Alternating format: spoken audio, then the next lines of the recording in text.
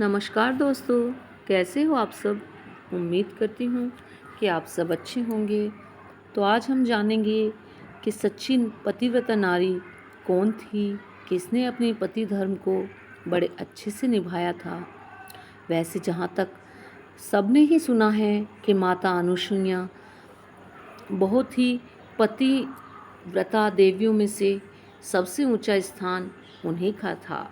आपने देवी अनुसुईया की कथाओं में भी कभी न कभी अवश्य ही सुना होगा।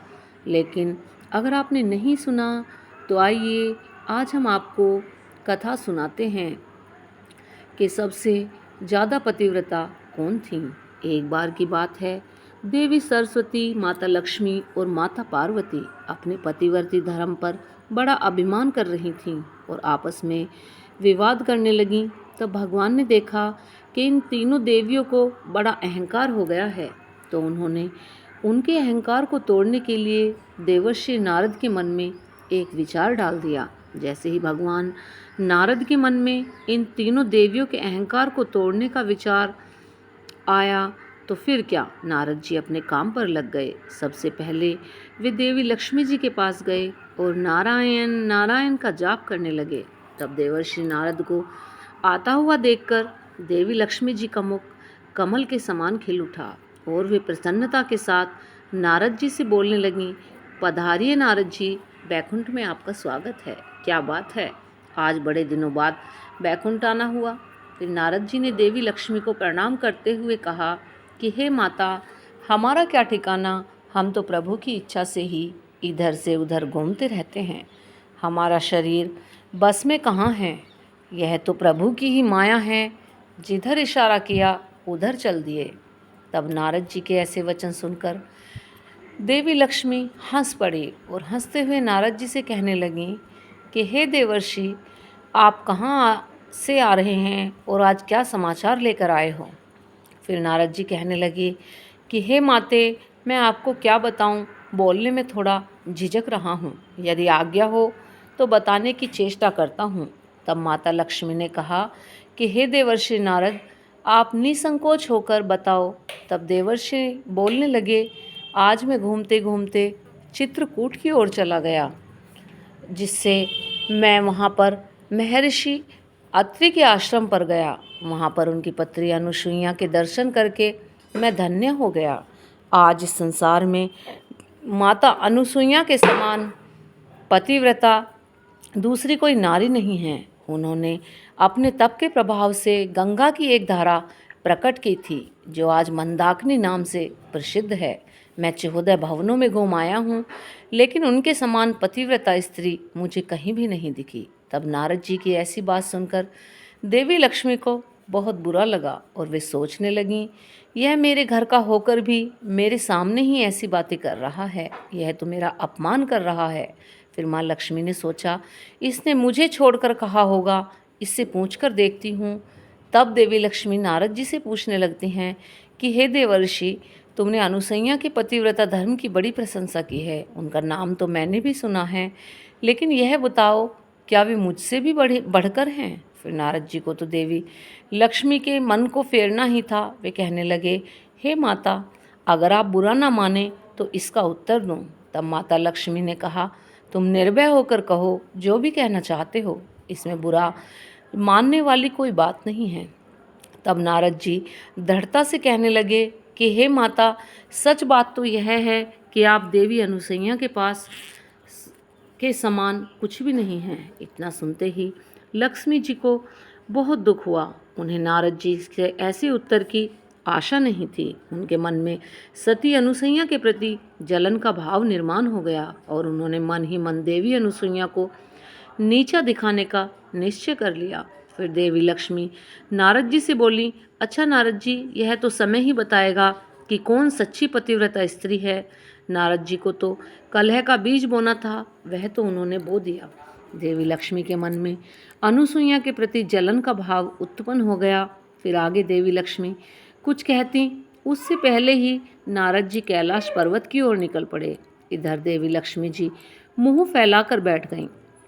तब भगवान विष्णु उस स्थान पर आए।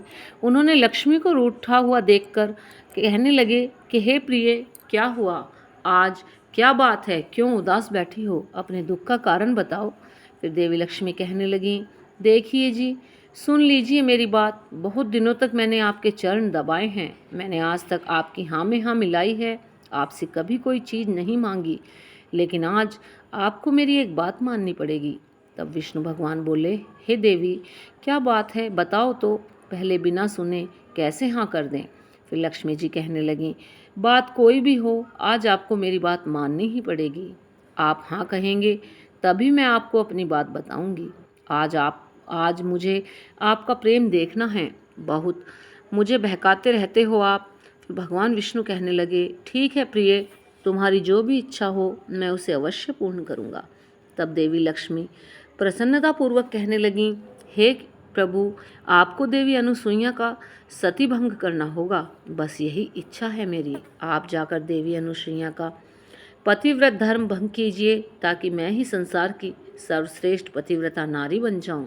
देवी लक्ष्मी की बात सुनकर भगवान विष्णु मन ही मन कहने लगे, अरे देवी, हम में इतना सामर्थ्य कहाँ जो देवी अनुसुईया का सतीत्व भंग कर सकें। और भगवान मन ही मन समझ गए कि यह सब नारद मुनि ने ही किया है। फिर भगवान विष्णु कहने लगे, हे प्रिय, बस इतनी सी बात के लिए तुम मुँह फुलाकर बैठी हो। हम अभी जाते हैं, और जब तक उस कार्य को पूरा नहीं करेंगे तब तक लौट कर नहीं आएंगे। यह बात सुनकर देवी लक्ष्मी को बड़ी प्रसन्नता हुई। इधर नारद जी वीणा बजाते हुए नारायण नारायण का जाप करते हुए कैलाश पर्वत पर जा पहुँचे। वहाँ पर देवी पार्वती अकेले बैठी पूजा कर रही थी। फिर कुछ समय बाद नारद जी को देखकर उन्होंने उनका स्वागत किया और उन्हें खाने के लिए 1-2 मोदक भी दिए। उसके बाद नारद जी कहने लगी कि हे माते, यह मोदक तो अमृत का बनाया हुआ लग रहा है, बड़ा ही स्वादिष्ट है, किंतु इसमें भगवती अनुसुईया के यहाँ जैसा स्वाद था वैसा स्वाद तो है ही नहीं। तब नारद जी को ऐसा कहते हुए सुनकर पार्वती जी मन ही मन कहने लगी, हाय, कैसे कृतज्ञ से पाला पड़ा है। मैंने इतने प्रेम से इसे मोदक दिया और यह कहता है अनुसुईया के लड्डू के बराबर भी नहीं है। देवी पार्वती नारद जी से कहने लगी, अरे नारद जी, क्या कह रहे हो, यह अनुसुईया कौन है जिसके लड्डू की तुम इतनी प्रशंसा कर रहे हो। तब नारद जी कहने लगे कि हे देवी, अनुसुईया महर्षि अत्रि की पत्नी हैं। आज इस संसार में उनके समान दूसरी कोई पतिव्रता नारी नहीं है। फिर देवी पार्वती ने अपनी बात को बल देते हुए कहा, क्या देवी अनुसुईया मुझसे भी बड़ी पतिव्रता हैं? हे नारद, तुम सच सच बताओ, मैं सर्वश्रेष्ठ पतिव्रता हूँ या देवी अनुसुईया? नारद जी कहने लगे। देवी पार्वती की उपेक्षा करते हुए कहा, माता जी, अधिक कम का तो पता नहीं, किंतु इतना अवश्य जानता हूँ कि उनके पतिव्रता धर्म के आगे आपका पतिव्रता धर्म फीका है।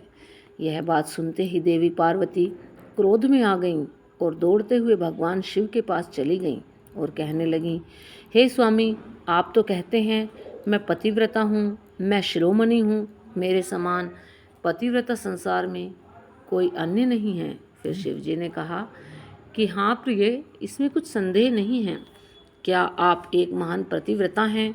फिर देवी पार्वती कहने लगीं कि हे स्वामी, अब तक तो संदेह नहीं था, लेकिन आज नारद जी ने मुझे संदेह में डाल दिया। नारद जी कहते हैं कि मैं ऋषि अत्रि की पत्नी अनुसुईया के सामने मेरा पतिव्रत धर्म फीका है। यह बात सुनते ही महादेव हंस पड़े और बोले, कहाँ है नारद मुनि, उन्हें मेरे पास लेकर आओ। फिर देवी पार्वती ने उधर उधर देखा तो नारद जी उस स्थान से जा चुके थे। देवी पार्वती कहने लगीं कि हे स्वामी, नारद जी तो चले गए, किंतु आप मुझे बताइए, क्या नारद जी ने सत्य कहा है? क्या देवी अनुसुईया मुझसे भी बड़ी पतिव्रता हैं? फिर महादेव कहने लगे कि हे प्रिय, नारद जी ठीक कहते हैं, तुम देवी अनुसुईया की समानता नहीं कर सकती। यह बात सुनते ही माता पार्वती ने भगवान शिव के चरण पकड़ लिए और दुखी मन से कहने लगीं कि हे स्वामी, अब इन चरणों को मैं तभी छोड़ूंगी जब आप अनुसुईया का पतिव्रत धर्म भंग करके मुझे संसार की सर्वश्रेष्ठ पतिव्रता बना देंगे। तब भोलेनाथ बोले, हे देवी, हम प्रयत्न करेंगे, किंतु बीच में तुम कोई विघ्न उत्पन्न मत कर देना। फिर पार्वती जी कहने लगीं कि हे स्वामी, मुझे तो आप ही का डर है, आप ठहरे भोलेनाथ। पुरुषों की यही नीति होती है कि छल से, बल से, डांट कर, फटकार कर, सच झूठ बोलकर स्त्रियों को ठग लेते हैं। और अब उस ठग विद्या का प्रयोग करके आप अनुसुईया का पतिव्रत धर्म भंग कीजिए। फिर पार्वती जी की बात सुनकर शिव जी हंस पड़े और मन ही मन कहने लगे, जो दूसरों के लिए खाई खोदता है वह उसी में गिर जाता है। फिर शिव जी कहने लगे कि हे प्रिय, अब मेरे चरण छोड़ दो, मैं अभी उस कार्य के लिए जाता हूँ। तब देवी पार्वती ने भगवान शिव के चरणों को छोड़ दिया। फिर शिव जी महर्षि अत्रि के आश्रम की ओर निकल पड़े। इधर नारद जी नारायण नारायण का जाप करते हुए ब्रह्मलोक में गए। वहाँ पर देवी सरस्वती ने नारद जी का स्वागत सत्कार किया और कहा, हे नारद मुनि, तुम तो हमें भूल ही जाते हो। अब की बार बहुत दिनों बाद आए हो। आज तुम अवश्य ही कोई महत्वपूर्ण समाचार लेकर आए होंगे। तब नारद जी कहते हैं कि हे माते, आज मैंने पृथ्वीलोक पर एक अद्भुत दृश्य देखा है, जिससे महर्षि अत्रि की पत्नी अनुसुईया के पतिव्रत धर्म का बड़ा ही प्रभाव है। समस्त ऋषि मुनि आकर उनकी स्तुति करने लगे हैं। सभी ऋषिगण कह रहे हैं कि उनके समान पतिव्रता संसार में दूसरी कोई नारी नहीं है। तब नारद जी की ये बात सुनकर देवी सरस्वती के मन में क्षण मात्र के लिए क्रोध आया और वह कहने लगी, हे नारद मुनि, क्या वह मुझसे भी बढ़कर पतिव्रता हैं? तब नारद जी कहने लगे, माता जी, यह मैं कैसे कहूँ? अपनी माँ तो माँ ही हैं, वही मेरे लिए सर्वश्रेष्ठ हैं। किंतु सभी ऋषि मुनि ऐसा कह रहे हैं कि देवी अनुसुईया से बढ़कर संसार में कोई पतिव्रता नहीं है। यह बात सुनकर देवी सरस्वती को बड़ी चिंता होने लगी और उन्होंने नारद जी से कहा, शीघ्रता से जाओ और अपने पिताजी को बुला कर लाओ। तब माता जी की आज्ञा का पालन करते हुए नारद जी जल्दी से ब्रह्मा जी की सभा में चले गए।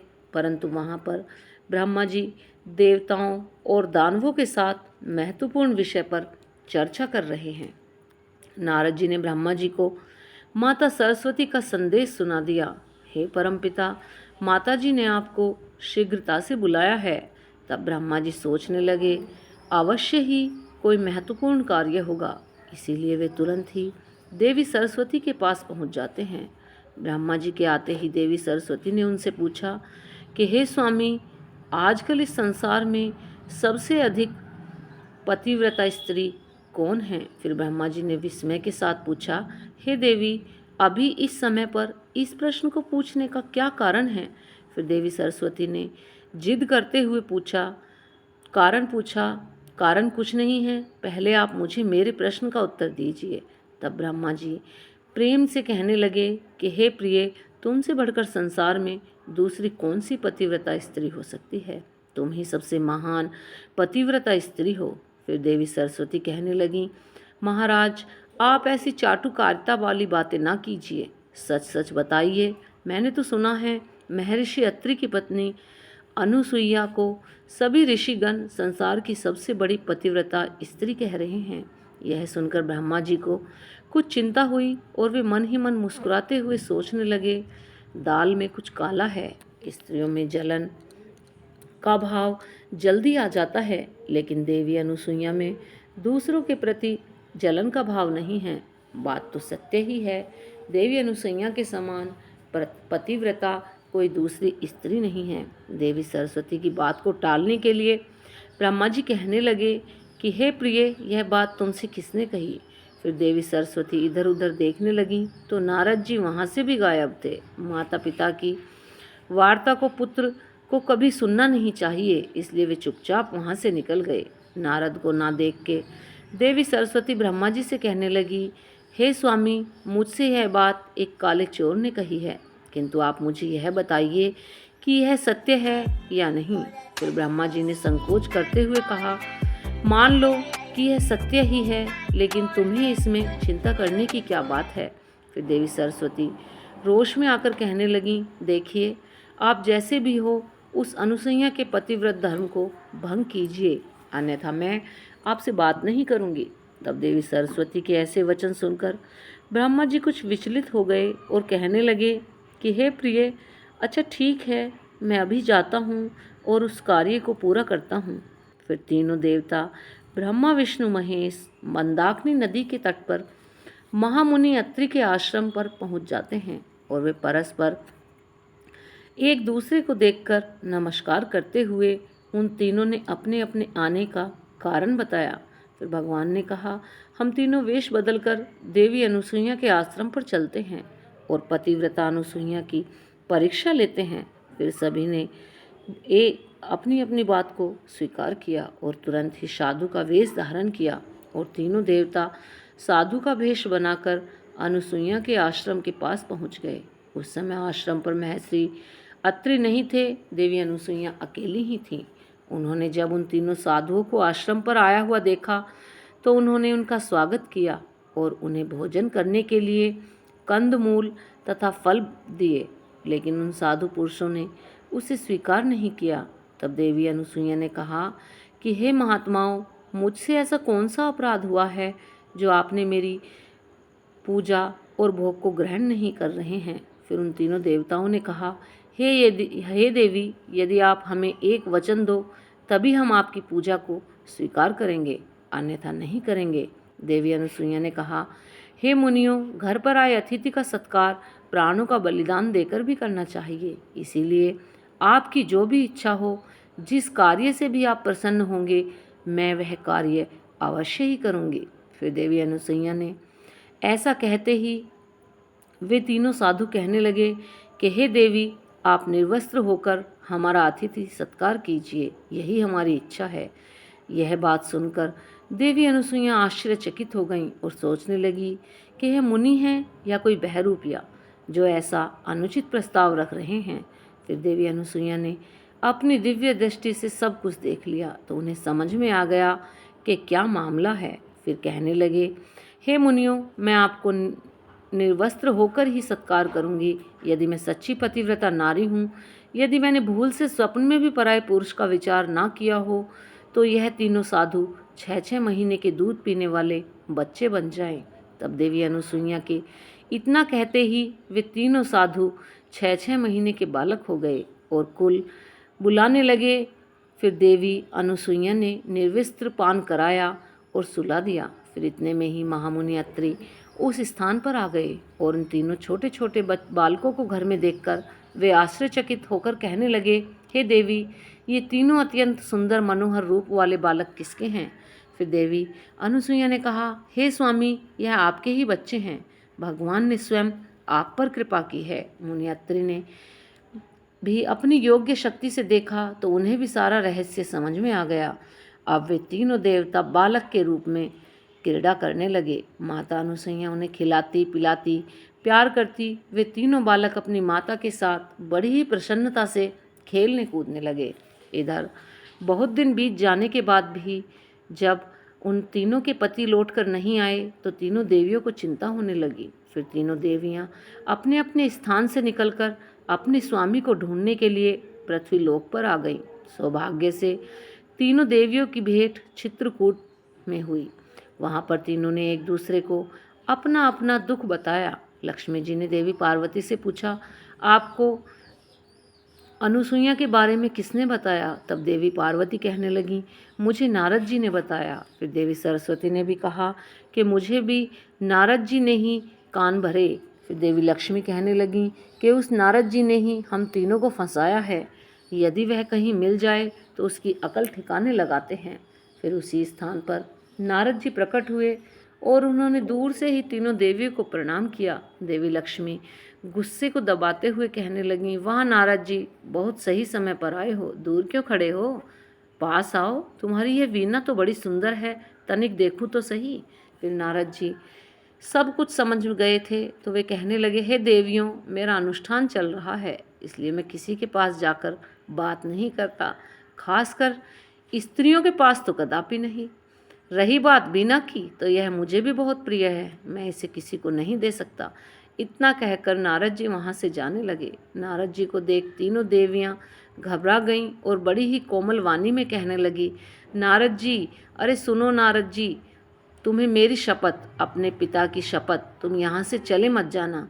फिर देवी लक्ष्मी कहने लगीं, तुम अवश्य ही जानते हो तीनों देवता कहाँ चले गए हैं। तब नारद जी ने अपनी उंगली से इशारा करते हुए कहा, देखो वह भगवती अनुसुईया का आश्रम है। वे तीनों देवता उसी आश्रम में खेल रहे हैं। देवी पार्वती कहने लगी, अरे नारद जी, तुम सब जानते हो हम इस आश्रम में जाना चाहते हैं, लेकिन जाएं कैसे? अनुसुईया क्रोधित तो नहीं हो जाएंगी? हमें उनसे बड़ा भय लग रहा है। फिर नारद जी बोले, हे माताओं, आप भूल कर भी आश्रम में कदम मत रखना, नहीं तो देवी अनुसुईया आप तीनों को भस्म कर डालेंगी। यह सुनकर तीनों देवियां और ज़्यादा घबरा गईं और बोलीं, हे नारद, अब हंसी मजाक मत करो, सब सच सच बता दो। तब नारद जी हंसते हुए कहने लगे, हे माताओं तीनों, वे देखो तीनों म्याऊं म्याऊं कर रहे हैं, तीनों की बोलती बंद है। वे तीनों बोबा पीते हैं और किलकिलाते हैं। देवी अनुसुईया जहाँ बिठा देती हैं बैठते हैं, जहाँ पर सुलाती हैं सोते हैं।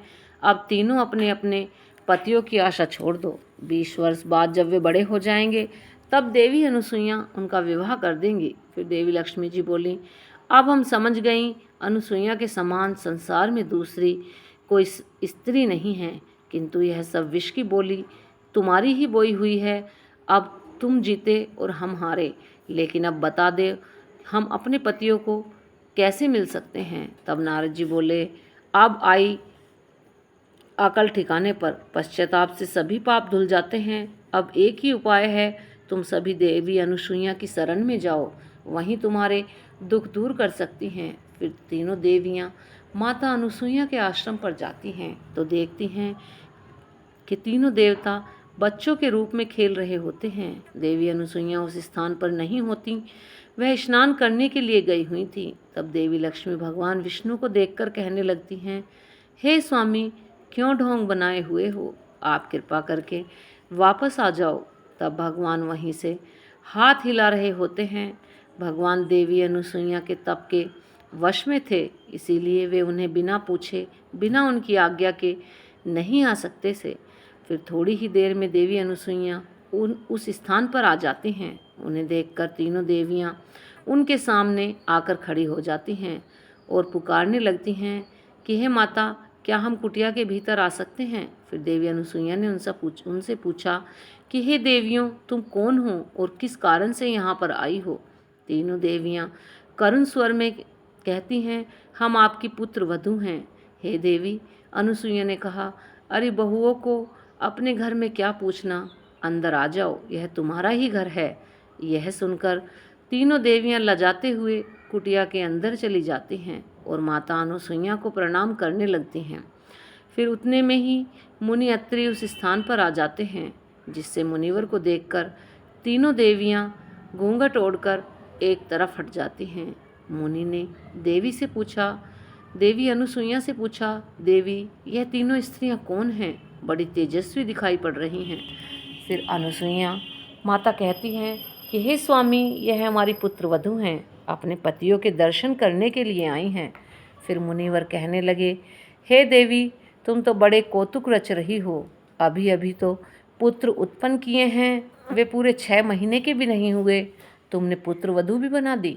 हाथ हाथ भर के पुत्र और 5-5 हाथ की बहुएं, यह कैसी विचित्र बात हुई। फिर देवी अनुसुईया कहने लगी, स्वामी, इसमें गलत क्या है? पुत्र से बड़ी बहू बड़े भाग्य लेकर आती है, ऐसी कहावत है। हमारे बच्चे भी एक दिन बड़े हो जाएंगे। ये सुनकर मुनि अत्रि हंस पड़े और सारा रहस्य समझ गए। तीनों देवी माता अनुसुईया से क्षमा याचना करने लगती हैं, हे देवी, हमें क्षमा कीजिए, हमसे बड़ी भूल हो गई है, अब कृपा करके हमारे पति को लौटा दीजिए। फिर देवी अनुसुईया ने कहा कि मैं कब मना कर रही हूँ, ले जाओ अपने पतियों को गोदी में उठाओ, वहाँ सो रहे हैं। तब तीनों देवियों ने कहा, माता, अब हमें और लज्जित न कीजिए, संसार में हमारी हंसी न कराइए, कोई क्या कहेगा, इन्हें जैसे थे वैसा ही कर दीजिए। फिर तीनों देवियों को दुख को देखकर माता अनुसुईया का हृदय पसीज जाता है और उन्होंने अपनी योग्य शक्ति से तीनों बच्चों को फिर से उनके पूर्व स्वरूप में ला देती हैं और तीनों देव अपने अपने स्वरूप में आकर खड़े हो जाते हैं। फिर देवी अनुसुईया ने उन सभी को प्रणाम किया और उनकी पूजा की। माता अनुसुईया की पूजा से तीनों देव अत्यंत प्रसन्न हुए और उन्होंने देवी अनुसुईया को वरदान मांगने के लिए कहा। फिर देवी अनुसुईया कहने लगीं, यदि आप तीनों देवता मुझ पर प्रसन्न हैं तो मुझे यह वरदान दीजिए कि आप तीनों मेरे पुत्र हो जाएं। फिर तीनों देवताओं ने तथास्तु कहकर कहा, हम तीनों अपने अपने अंश में आकर तुम्हारे पुत्र के रूप में प्रकट होंगे। फिर तीनों देवताओं से भगवान दात्रेय का जन्म हुआ। इस प्रकार से तीनों देवताओं ने देवी अनुसुईया को वरदान दिया और अपनी पत्नियों से पूछने लगे कि अब बताओ, संसार में सबसे सर्वश्रेष्ठ पतिव्रता नारी कौन है। तीनों देवियों ने कहा, भगवती अनुसुईया ही पतिव्रता में सर्वश्रेष्ठ हैं। इनसे बढ़कर संसार में दूसरी कोई स्त्री नहीं है। तीनों देवियों ने देवी अनुसुईया को यह वरदान दिया कि जो भी मनुष्य प्रातः काल में देवी अनुसुईया का स्मरण करेगा उसे जीवन में धन धान्य बुद्धि आरोग्य की प्राप्ति होगी। इस प्रकार से माता अनुसुईया समस्त संसार में सर्वश्रेष्ठ पतिव्रता नारी हुई। तो अगर आपको ये हमारी वीडियो अच्छी लगी हो तो प्लीज़ लाइक करें, शेयर करें और जिन्होंने अभी तक चैनल को सब्सक्राइब नहीं किया है वो सब्सक्राइब करें और हाँ, कमेंट में जय हरि विष्णु लिखना ना भूलें। धन्यवाद दोस्तों।